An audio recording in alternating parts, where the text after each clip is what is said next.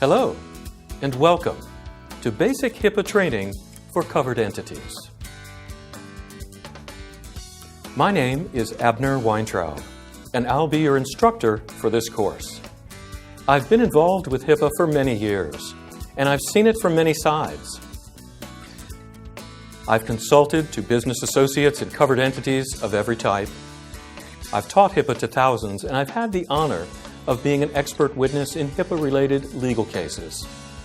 And throughout all those experiences, I've learned that HIPAA provides tremendous benefits to the healthcare industry, to the American people, and to you. Before we get started, let's take a quick look at how this course is organized.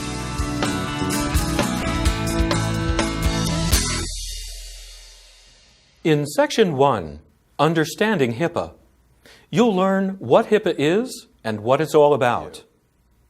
First up in Section 1 is HIPAA Basics. Then I'll talk a bit about how HIPAA changed in 2013 with the final rule. We'll cover important HIPAA terms you need to know. We'll look at HIPAA's history, HIPAA yesterday, today, and tomorrow. I'll talk about privacy rule basics. We'll cover HIPAA compliance requirements. You'll learn why HIPAA is needed in the first place. Then I'll be covering security rule basics. We'll learn about patient rights under HIPAA. And finally, in Section 1, I'll be covering penalties for HIPAA violations.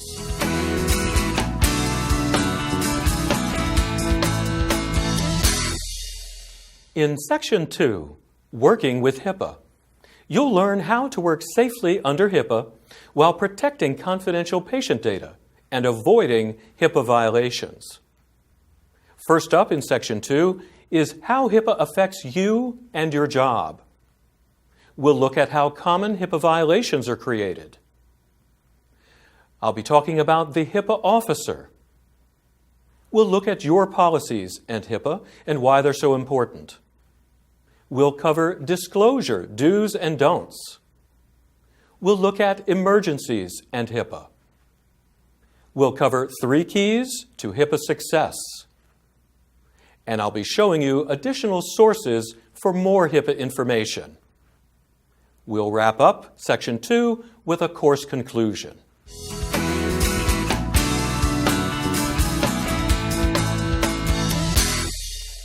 HIPAA is the main medical privacy law in the United States. HIPAA law applies in all of the U.S. and its territories, such as Puerto Rico, Guam, the Virgin Islands, American Samoa, and the Northern Mariana Islands as well. Several different HIPAA rules are part of HIPAA law. The 2 most important rules for HIPAA entities are the privacy rule and the security rule. The privacy rule requires strong protections for patients' personal and confidential health information and gives patients certain specific rights over their health information. The security rule protects electronic forms of patient information on computers and other electronic devices. It covers computers, networks, and any other electronic systems that handle or store patient data, even smartphones and other portable devices. HIPAA has 5 overall objectives. 1, to make health insurance more portable, so people can more easily keep their health insurance when they change jobs. 2, reduce healthcare fraud, which wastes 20 to 30% of every dollar spent on healthcare today. 3, improve the efficiency of health insurance enrollments, claims, payments, and other transactions. 4, protect personal medical information. And 5, gather statistical data about diseases. It's important to remember that wherever there's patient information, HIPAA is there. HIPAA protects all individually identifiable patient information, no matter what form it's in or where it's located. HIPAA covers paper records, electronic records, telephone, email, computers, and other systems. It doesn't matter if an entity creates or receives it, or whether it's new or old, if something contains information about a person's health, past, present, or future, it's protected by Hippa. Hippa gives all patients specific rights over their medical information. But Hippa is about the business of healthcare, not the practice of medicine. And while Hippa affects almost everything in healthcare, it's not about the practice of medicine. There are no medical or clinical requirements in Hippa dealing with specific diseases, treatments, or procedures. Instead, Hippa is about the business of healthcare and the protection of personal medical information.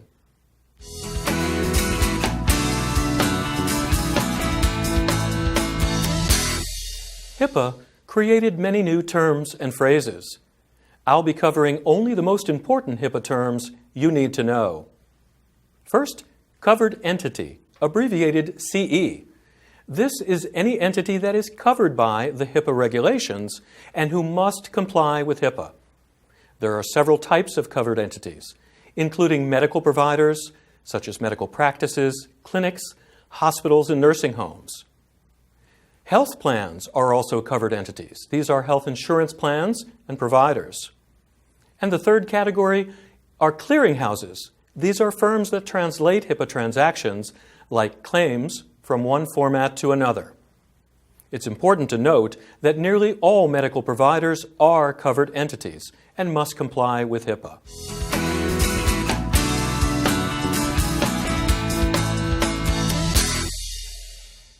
Protected health information, abbreviated PHI. This is patient information that is protected by Hippa law. PHI is health information that's individually identifiable.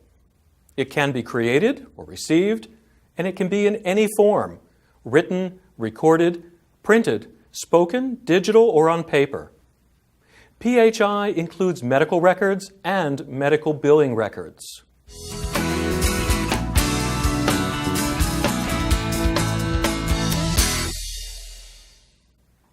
Business associate, abbreviated BA. A business associate is a person or a firm not part of a covered entity's own workforce, who does work or provides services for a covered entity or another business associate, and who uses PHI in that work. This is patient data. Until recently, BAs were not covered directly under Hippa law, and they could not be prosecuted for Hippa violations. But because of the Hippa final rule, beginning in 2013, business associates and even their subcontractors must now comply with nearly all of Hippa. Business associates can now also be prosecuted and penalized for Hippa violations, just like covered entities. Under the 2013 Hippa final rule, business associates must now ensure that all of their own subcontractors and vendors who are exposed to confidential patient data also meet the Hippa requirements.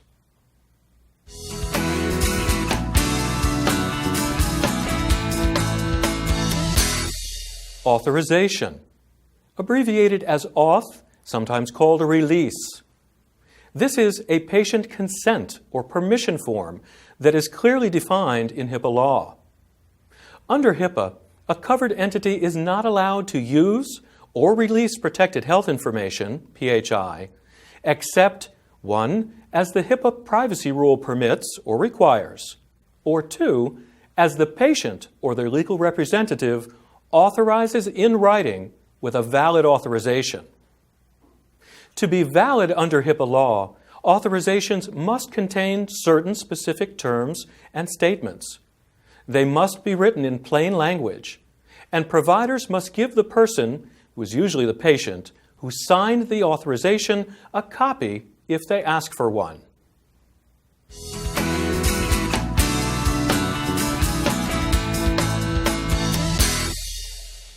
Disclose. To disclose is to give out or release protected health information. Disclosures can be lawful and appropriate, like disclosures for treatment, payment, and healthcare operations. Disclosures can also be unlawful, and an unlawful disclosure is a Hippa violation.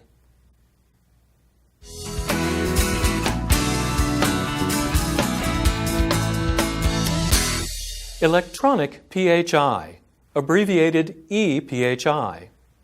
This is protected health information in electronic or digital form.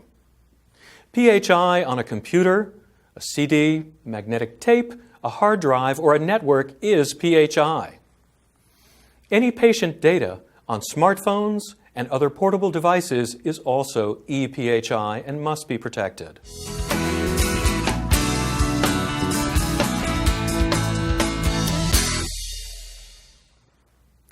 Minimum Necessary Rule, abbreviated MNR.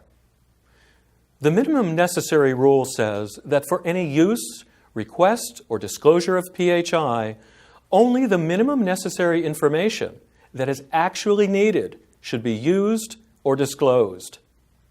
Covered entities and business associates must make reasonable efforts to limit the information used or disclosed to the minimum necessary.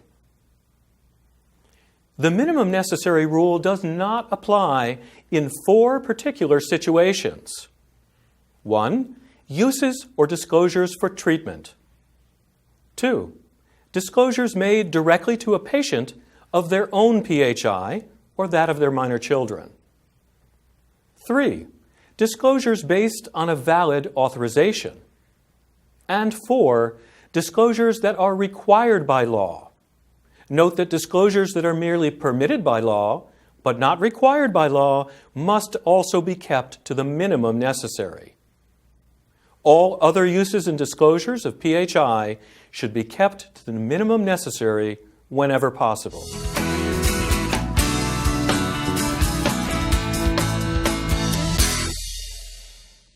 Notice of Privacy Practices, abbreviated NPP. The Notice of Privacy Practices is a document required by Hippa that covered entities must give to all their patients at least once.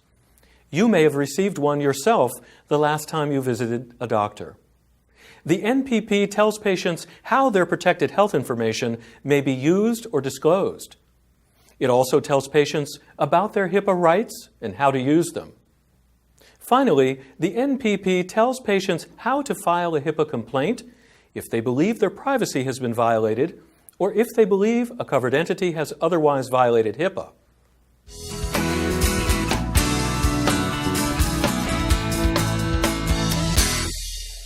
Treatment, Payment, and Healthcare Operations, abbreviated TPO. These are 3 routine categories of PHI uses and disclosures that covered entities can make, with some limitations, with no patient authorization required. A covered entity can use or disclose PHI for its own treatment, payment, and healthcare operations without an authorization. A covered entity also may disclose PHI for the treatment activities of another provider if both CEs have a relationship with the patient, past, present, or future, and if the protected health information is about that patient.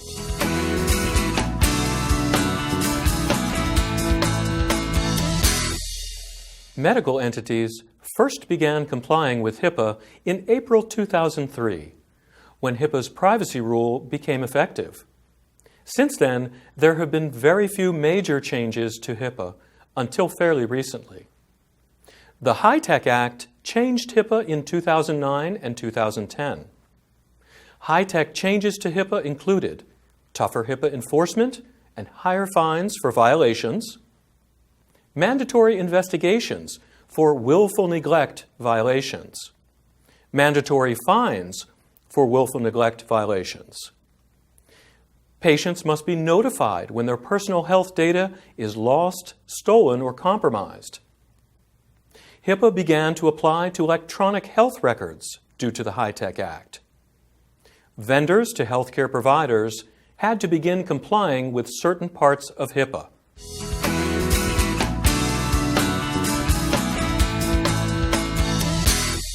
In 2013, the Hippa Final Rule, also known as the Omnibus Rule, was enacted and made many important changes to Hippa. The Final Rule went into effect on March 26, 2013, and had a compliance deadline of September 23, 2013. Changes to HIPAA from the final rule included changes to the notice of privacy practices that medical providers must give to all their patients, new breach notification rules and requirements, improved patient privacy protections and expanded patient rights, expanded rules for electronic health records, dramatic changes to how business associates and their subcontractors must comply with HIPAA, and tougher penalties and investigations for violations of HIPAA rules. The future of HIPAA is wide open. No new major changes are planned at this time, but incremental changes are expected over the next few years. We can certainly expect that HIPAA enforcement and audits will ramp up.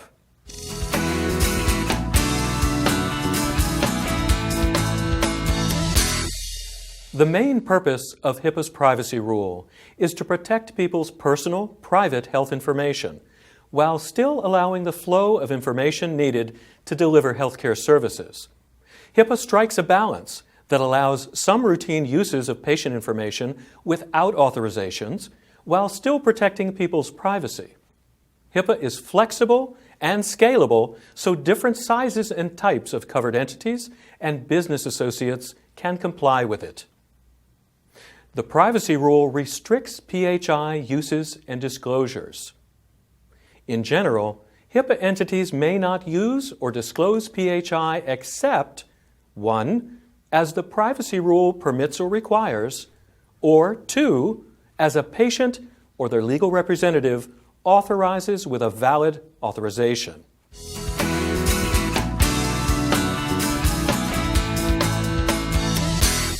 To be HIPAA compliant means that a covered entity or a business associate is doing everything that HIPAA requires. Some of HIPAA's compliance requirements include creating privacy policies and procedures, assigning a HIPAA officer, which is optional for business associates, training the workforce on HIPAA and the entity's own policies, providing data safeguards, addressing privacy complaints, and forbidding retaliation for filing a HIPAA complaint or assisting with a HIPAA investigation, keeping and retaining required documentation. Note that failure to fully comply with all of HIPAA's requirements is a HIPAA violation. In fact, each compliance requirement that an entity fails to comply with is a separate HIPAA violation. This means that fines for HIPAA non-compliance can add up to large amounts very quickly.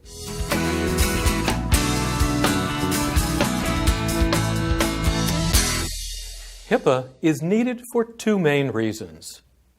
Besides HIPAA's 5 long-term objectives that we mentioned back in HIPAA Basics, there are 2 general reasons why HIPAA was and is needed. 1, to protect personal privacy. Privacy is an essential right in America that people care very strongly about. Medical privacy is especially important to people. And number 2, to prevent crime.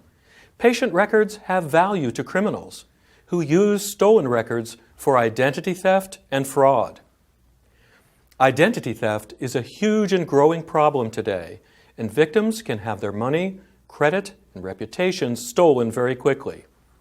Identity theft usually begins with criminals getting personal information from someone's medical records, wallet, or even a loan application. Criminals can then make purchases, obtain credit, and commit crimes, all in the other person's name.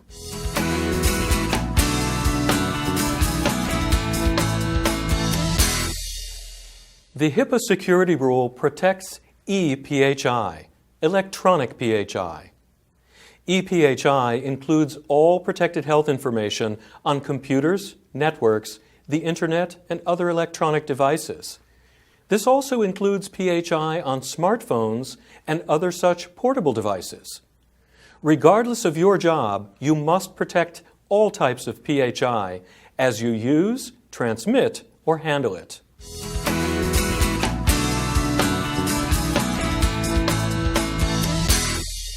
Covered entities and business associates must do the following under HIPAA's security rule. They must ensure the confidentiality, integrity, and availability of EPHI. They must protect EPHI against reasonably anticipated threats, and they must protect EPHI against uses or disclosures that are not permitted by HIPAA.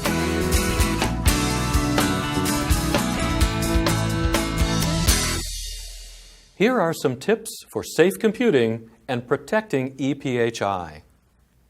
Never access medical or billing records of family, friends, or others unless you are authorized to do so. This includes your own medical and billing records too. Use strong passwords and timed screensavers on all computers and workstations. Don't use a computer or access any patient data using someone else's password. And please don't give your password to others. Don't leave files containing EPHI open when you walk away from them. Scan for viruses, spyware, and other threats before installing new data or programs. Use encryption for emailing EPHI or don't email it. Always close, file, lock, shred, or properly dispose of EPHI when you are done with it. Beware of hackers and scammers impersonating authorized staff. Verify identities before giving anyone access to PHI.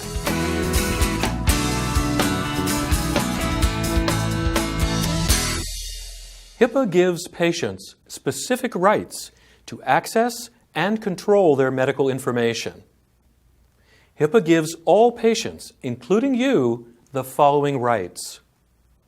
The right to receive a Notice of Privacy Practices, the NPP. HIPAA requires covered entities to provide a copy to every patient.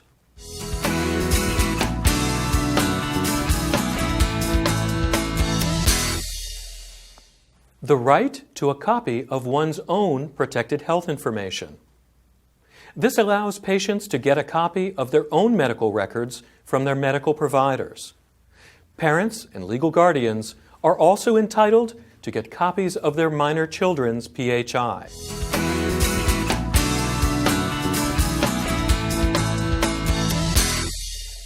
The right to request PHI amendments. This allows patients to request an amendment, a written note, to be added to their medical record. Covered entities do not have to agree to these requests, but may if the amendment is reasonable. Covered entities may refuse to add an amendment for two reasons. One, if the data in the record is already correct, or two, if someone else originated the data that's in the record.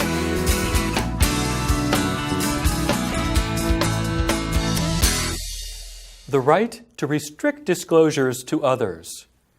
This right allows a patient to name particular people or entities whom they do not want to receive their medical information. Covered entities must agree to these requests. Once agreed to, covered entities must abide by such restrictions consistently. Patients cannot request disclosure restrictions that are required by law, such as responding to certain diseases or evidence of crimes. Starting in 2013, HIPAA also lets patients restrict disclosures to their health insurer about treatments or services the patient or family member or friend has paid for in full.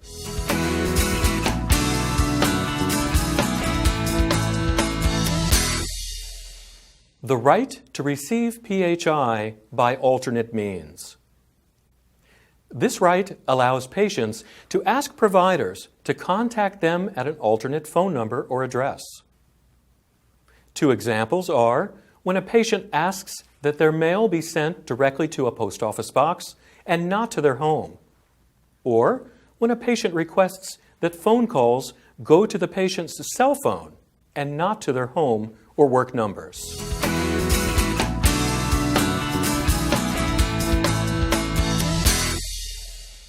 The The right to an accounting of PHI disclosures. Under Hippa, some PHI disclosures must be recorded in a log, called a disclosure accounting, which shows the date, time, purpose, what was released, who released it, and who received it. Hippa lets patients get a copy of the disclosure accounting. Such reports can go back a maximum of 6 years.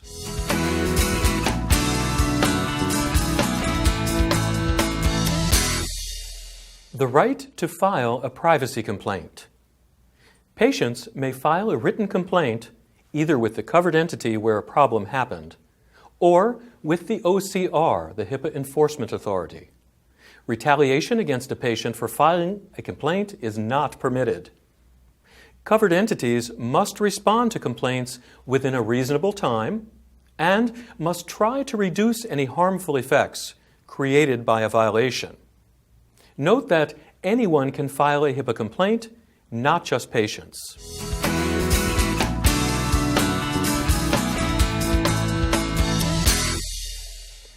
The right to receive or send a digital copy of PHI in electronic health records. For providers who use electronic health records, or EHRs, patients can now get a digital copy of their medical records. The copies may be on disk, CD-ROM, DVD, or a memory stick. Patients can now also have their digital copies of their records sent to any third party they specify in writing